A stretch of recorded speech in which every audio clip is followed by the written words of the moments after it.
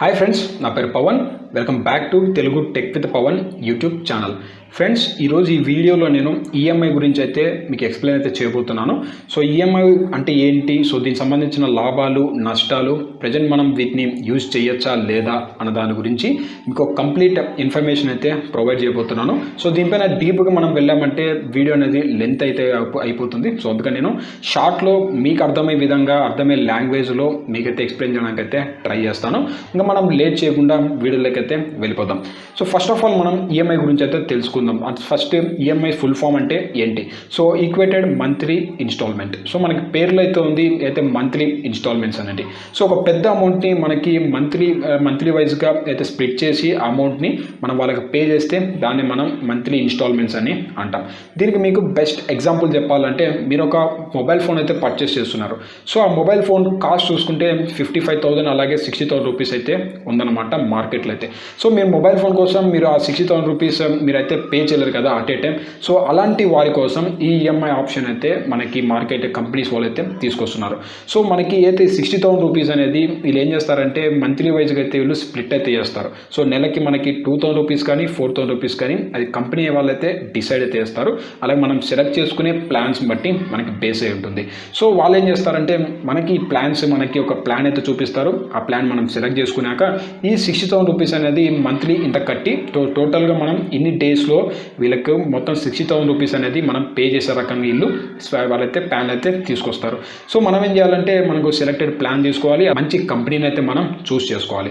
So ఇలా మనకి అయితే ఈఎంఐ అయితే వర్క్ అవుతుంది. సో ప్రజెంట్ మనకి ఈఎంఐ అనేది ఎవరెవరు ఆఫర్ చేస్తున్నారు అంటే మాత్రం, సో ప్రజెంట్ మనకి బ్యాంక్స్ ఉంటాయి కదా, సో బ్యాంక్స్ అయితే ఆఫర్ చేస్తున్నారు, ప్రైవేట్ బ్యాంక్స్ కానీ యాజ్ వెల్ యాజ్ మనకి గవర్నమెంట్ బ్యాంక్స్ కూడా ఆఫర్ చేస్తున్నారు. గవర్నమెంట్కి వచ్చేసరికి లిమిటెడ్ అయితే ఉన్నాయి, సో కొంచెం తక్కువ బ్యాంక్స్ అయితే ఉన్నాయి. బట్ ప్రైవేట్ వాళ్ళు అయితే మనకి ఈఎంఐని అయితే ఆఫర్ చేస్తున్నారు. సో మనకి ఎగ్జాంపుల్ చూసుకుంటే ఎస్బీఐ బ్యాంక్ మనకి క్రెడిట్ కార్డ్ ఆఫర్ చేస్తుంది, ఇండిబుల్స్ బ్యాంక్ ఆఫర్ చేస్తుంది, అలాగే హెచ్డిఎఫ్ బ్యాంక్ కానీ ఐసిఐసిఐ బ్యాంక్ కానీ మనకి ఈఎంఐ కార్డ్ని అయితే వీళ్ళు మనకి అందిస్తారన్నమాట ఈఎంఐ ఆప్షన్ అయితే. సో ఈఎంఐ దేని మీద తీసుకోవచ్చు అంటే, మీరు హోమ్ లోన్ మీద తీసుకోవచ్చు, అలాగే మీకు ఏదైనా ప్రోడక్ట్ పర్చేస్ చేయాలన్నా తీసుకోవచ్చు. సో మీరు సెలెక్ట్ చేసుకునే దాన్ని బట్టి ఈ ఈఎంఐ అనేది మీకు వీళ్ళైతే ప్రొవైడ్ అయితే చేస్తారు. సో దాంతోపాటు మనకి ప్రైవేట్ కంపెనీస్ ఏవైతే ఉంటాయో ఇవి కూడా మనకి ఈఎంఐ అనేది ప్రొవైడ్ చేస్తుంది. మీకు బెస్ట్ ఎగ్జాంపుల్ చెప్పాలంటే మనకి బజాజ్ ఫిన్సర్. సో వీళ్ళు వచ్చేసరికి ఒక ప్రైవేట్ కంపెనీ, బట్ ప్రజెంట్ మార్కెట్లో అయితే వీళ్ళు ఆఫ్లైన్ కానీ ఆన్లైన్లో కానీ వీళ్ళకి సంబంధించిన ఈఎంఐ అయితే వీళ్ళు ప్రొవైడ్ అయితే చేస్తున్నారు. సో మీరు చాలామంది అయితే ఈ బజాజ్ ఫిన్సర్ అయితే యూస్ చేస్తూనే ఉంటారు.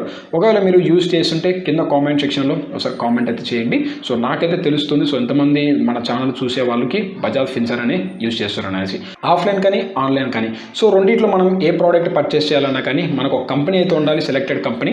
వాళ్ళకి సంబంధించిన అయితే బజాజ్ ఫిన్సర్ కానీ బ్యాంక్ కానీ, సో వీటికి సంబంధించిన కొన్ని ప్లాన్స్ అయితే ఉండాలి, వాళ్ళ సపోర్ట్ అయితే మనం తీసుకోవాలి. సో ఎగ్జాంపుల్ చూసుకుంటే మీరు ఒక ఆన్లైన్లో ప్రోడక్ట్ అయితే పర్చేస్ చేస్తున్నారు. సో అక్కడ మనకి ప్రజెంట్ ఉన్న సిచ్యువేషన్లో బజాజ్ ఫిన్సర్ కూడా స్పాన్సర్ చేస్తారు, అలాగే మనకి ప్రైవేట్ బ్యాంక్స్ కానీ ఇట్లా గవర్నమెంట్ బ్యాంక్స్ కానీ మనకి ఈఎంఐ అనేది వీళ్ళు ప్రొవైడ్ అయితే చేస్తారు. సో ఒకవేళ మీ ఇక్కడ క్రెడిట్ కార్డు కానీ ఉంటే మాత్రం, డెబిట్ కార్డు కానీ మీరైతే ఈఎంఐని అయితే అప్లై అయితే చేసుకోవచ్చు అనమాట, మీ ఇక్కడ బ్యాంక్స్ ఉంటే మాత్రం. సో బ్యాంక్స్లో ఏం చేస్తారంటే వాళ్ళు సర్టెన్ అమౌంట్ ఆఫ్ ఇంట్రెస్ట్ అయితే వీళ్ళు కలెక్ట్ చేస్తారు, 2% కానీ 5% కానీ మీరు ఈఎంఐ కట్టేందుకు యూజ్ చేసినందుకు ఇంత ఇంట్రెస్ట్ అనేది వాళ్ళు తీసుకుంటారు. ఇంకా కమింగ్ టు మనకి బజాజ్ ఫిన్సర్ జోలికి వచ్చేసామంటే, సో బజాజ్ ఫిన్సర్లో మనకి నో కాస్ట్ ఈఎంఐ అయితే ఉంటుంది, అలాగే జీరో ఇంట్రెస్ట్ అనేసి వీళ్ళు ఒక ప్లాన్ అయితే తీసుకొస్తున్నారు. దీని గురించి నేను వీడియో లాస్ట్లో అయితే మీకు చెప్తాను. సో నిజంగానే వాళ్ళకి మనకి అయితే నో కాస్ట్ ఈఎంఐ తీసుకొస్తారా, సో అసలు ఇంట్రెస్ట్ లేకుండా అనేది చెప్తాను. అలాగే నెక్స్ట్ చూసుకున్నామంటే, మనం ఏదైతే ఒక కంపెనీలో సెలెక్ట్ చేసుకోవాలి, మనం ఈఎంఐ కావాలి అని అనుకుంటే మాత్రం, సో ఫస్ట్ ఆఫ్ ఆల్ మనం చేయవలసిన పని ఏంటంటే, మనం ఏదో ఒక కంపెనీని అయితే సెలెక్ట్ చేసుకోవాలి. సో మనకి ఏ కంపెనీ అయినా కానీ ప్రజెంట్ మన మార్కెట్లో బజాజ్ ఫిన్సరే మనకి ప్రైవేట్ కంపెనీగా అయితే ఉంది. సో నేను ఎగ్జాంపుల్ చూసుకుంటే మీకు బజాజ్ ఫిన్సర్ గురించి అయితే చెప్తాను. సో వీళ్ళు ఏం చేస్తారంటే, మనకు ప్రోడక్ట్ పర్చేస్ చేసేటప్పుడు వీళ్ళైతే మనకి స్పాన్సర్ అయితే ఇస్తారు ఈఎంఐ ద్వారా అయితే. మనం ఫస్ట్ దాంట్లో మనకి రిజిస్ట్రేషన్ అయితే కావాలి, మన డీటెయిల్స్ అయితే వాళ్ళకి ప్రొవైడ్ చేయాలి, లైక్ ఆధార్ కార్డు కానీ మనం సంబంధించిన డీటెయిల్స్ అయితే వాళ్ళకి షేర్ అయితే చేయాలి. సో షేర్ చేసిన వెంటనే వాళ్ళు మనతో కాంటాక్ట్ అవుతారు. సో ఎటువంటి ప్రోడక్ట్ మనం పర్చేస్ చేయాలి, సో దానిపైన డీటెయిల్స్ అనేవి వీళ్ళు కంపెనీ ఎవరైతే మనకి ప్రోడక్ట్ అనేది మనకు అమ్ముతున్నారో సో వీళ్ళు మొత్తం కలిసి సో వీళ్ళు ఒక డీసెంట్ ప్లాన్ అయితే వీళ్ళు తీసుకొస్తారనమాట. సో ఆ ప్లాన్ మనకి నచ్చితే సో దానికి సంబంధించిన ప్రాసెసింగ్ ఫీజు కానీ లేదంటే స్టార్టింగ్ మనం కొత్తగా మనం ఈఎంఐ తీసుకుంటున్నాం కానీ సో దానికి సంబంధించిన కొంచెం అమౌంట్ అయితే వీళ్ళు స్టార్టింగ్ వీళ్ళు కలెక్ట్ చేస్తారనమాట బజాజ్ ఫిన్సర్వ్ వాళ్ళైతే. సో వన్స్ మనకి వీళ్ళు అమౌంట్ కలెక్ట్ చేసిన వెంటనే మనకి ఫ్రిడ్జ్ అనేది కానీ ల్యాప్టాప్ కానీ టీవీ కానీ సో వాట్ ఎవర్ మన ప్రోడక్ట్ కానీ ఆ ప్రోడక్ట్ అనేది మనకి వీళ్ళు ఇచ్చేస్తారు. సో నెల మనం ఏదైతే మంత్లీ ఇంత అమౌంట్ అని చెప్పేసి మనం పే చేయాల్సి అయితే అవసరం ఉంటుంది. సో ఈ ప్లాన్స్ అన్నిటికీ మనం ఎలా క్యాలిక్యులేట్ చేసుకోవాలంటే ఇక్కడ మీకు ఫార్ములా అయితే కనబడుతుంది, ఏదైతే ఈఎంఐని మనం ఎలా క్యాలిక్యులేట్ చేసుకోవాలి అనేసి.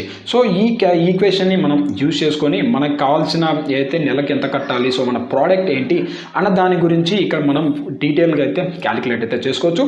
వాళ్ళు కూడా సేమ్ క్యాలిక్యులేషన్ అయితే వేస్తారు. సో కొందరు వచ్చేసరికి డౌన్ పేమెంట్గా కొంచెం అమౌంట్ అయితే తీసుకుంటారు. ఒకవేళ మీరు ఫోన్ కార్డ్ పర్చేస్ చేయాలనుకుంటే 50,000 రూపీస్ ఫోన్ అయితే దాంట్లో మీకు 10,000 కానీ 8,000 రూపీస్ కానీ 5,000 రూపీస్ కానీ వాళ్ళ కంపెనీ బేస్ మీద వాళ్ళైతే డౌన్ పేమెంట్ అయితే తీసుకుంటారు. సో మిగతా అమౌంట్ అంతా వీళ్ళు ఏం చేస్తారంటే మీకు మంత్లీ అయితే స్ప్లిట్ అయితే చేస్తారు. సో మీరు నెల ఇంత అమౌంట్ అయితే పే చేయాల్సిన అవసరం అయితే ఉంటుంది. సో ఇది మనకి ఈఎంఐ అనేది ఇలా అయితే వర్క్ అవుతుంది. మనకి కంపెనీస్ అనే వాళ్ళు ఇలా మనకి అయితే ఈఎంఐ అనేది వీళ్ళు ఆఫర్ అయితే చేస్తారు. సో ఇప్పుడు వచ్చేసరికి బ్యాంక్ వాళ్ళు అయితే కొంచెం ఇంట్రెస్ట్ అయితే వీళ్ళు తీసుకుంటారని చెప్పాను కదా, 2% కానీ 3% కానీ. సో వీరు కమింగ్ టు బజాజ్ ఫిన్సర్వ్ వచ్చేసామంటే సో వీళ్ళు మనకి 0% ఇంట్రెస్ట్ అని చెప్తున్నారు, అలాగే నో కాస్ట్ ఈఎంఐ అని చెప్పాను కదా. సో దీని అయితే ప్రొవైడ్ చేస్తారు. సో ఇది నిజంగానే నమ్మచ్చా అయితే మనకి నో కాస్ట్ ఈఎంఐ అనేది వీళ్ళు 100%గా మనకి వడ్డీ లేకుండా ప్రోడక్ట్ అనేది మన చేతికి ఇస్తారా అంటే సో అది వచ్చేసరికి జస్ట్ ఒక మనకి మాయలా అని చెప్పొచ్చు. సో ఎగ్జాంపుల్ చూసుకుంటే మీరు ప్రోడక్ట్ అయితే తీసుకుంటున్నారు. సో ఎవరైతే మీకు ప్రోడక్ట్ అమ్ముతున్నారో అతను మనకి ఏదైతే కొంచెం ఆ ఇంట్రెస్ట్ అనేది అతను పే అయితే చేస్తాడు. దగ్గర 2.50 పైస్ వరకు అయితే అతని ఇంట్రెస్ట్ అయితే పే చేసే ఛాన్స్ అయితే ఉంది. సో ఒకటైతే గుర్తుపెట్టుకోండి గాయస్, మనకు ప్రపంచంలో ఎవరు మనకి ఒక 1 రూపీ కూడా ఫ్రీగా అయితే ఇవ్వరు. సో ఇదైతే కన్ఫర్మ్. సో అతను మనకి ఇంట్రెస్ట్ లేకుండా మనకి ఈఎంఐ ప్రొవైడ్ చేస్తున్నారంటే అసలు మనం ఎలా నమ్ముతాం? సో వాళ్ళు ఎలా ఈ ఇంట్రెస్ట్ అనేది వాళ్ళు తీసుకుంటారంటే సో మీకు బెస్ట్ ఎగ్జాంపుల్ అయితే చెప్తాను. సో మీరు మొబైల్ ఫోన్ తీసుకున్నారు, ఫస్ట్ ఇన్స్టాల్మెంట్ కట్టారు, అట్లా మీరు 5 months అయితే పే చేశారు, 1 year వరకు అయితే మీకు టైం అయితే ఉంది. సో మీ 6th monthలో మీకు సంబంధించిన ఈఎంఐ అనేది మీరు వాళ్ళకి పే అయితే చేయలేదు. సో దానివల్ల ఏమవుతుందంటే మీకు డ్యూ అనేది పడుతుంది. సో డ్యూ పడడం వల్ల వాళ్ళు డ్యూ పడితే వాళ్ళు గుమ్మ ఉంటారు అనుకున్నారా? లేదు, మీకు ఫోన్ మీద ఫోన్ చేయడం లేదంటే చేస్తారు. సో అలా చేసినా ప్రాబ్లం అయితే ఏం లేదు. మీకు డ్యూ పడింది కాబట్టి మీకు బ్యాంక్లో కూడా ఏదైతే కొంచెం పెనాల్టీ అనేది బ్యాంక్ వాళ్ళు అయితే కట్ చేసుకుంటారు. ఏదైతే మనకి చెక్ అనేది బౌన్స్ అయినందుకు వాళ్ళు కొంచెం అమౌంట్ అయితే కట్ చేస్తారు. సో యాజ్ వెల్ యాజ్ మనకి బ్యాంక్లో కాకుండా మనకి ఏదైతే బజాజ్ ఫిన్సర్వ్ వాళ్ళు కూడా ఏదైతే మనకి లేట్ డ్యూ కట్టాం కాబట్టి వీళ్ళు కూడా కొంచెం పెనాల్టీ అయితే వీళ్ళు మనకి ఫైన్ అయితే చేస్తారు. సో టోటల్గా మనకి ఇక్కడతో స్టాప్ చేస్తారంటే లేదు, మీరు ఫస్ట్ గల అమౌంట్ పే చేయాలి కాబట్టి మీకు పెనాల్టీ అనేది 2 చోట్ల అయితే పడింది, బ్యాంక్లో అలాగే బజాజ్ ఫిన్సర్వ్లో. మళ్ళీ మీకు May 5th కన్నా లేదంటే అదే మంత్లో 5th date కన్నా లేదంటే 10th date కన్నా మళ్ళీ మీకు పోస్ట్పోన్ అయితే చేస్తారు.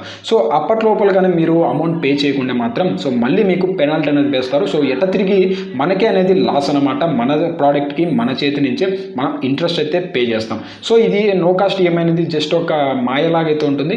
సో ఈ ప్రాసెస్లో మనకి కంపెనీ వాళ్ళు లాభపడతారు, అలాగే బ్యాంక్ వాళ్ళు కూడా లాభపడతారు.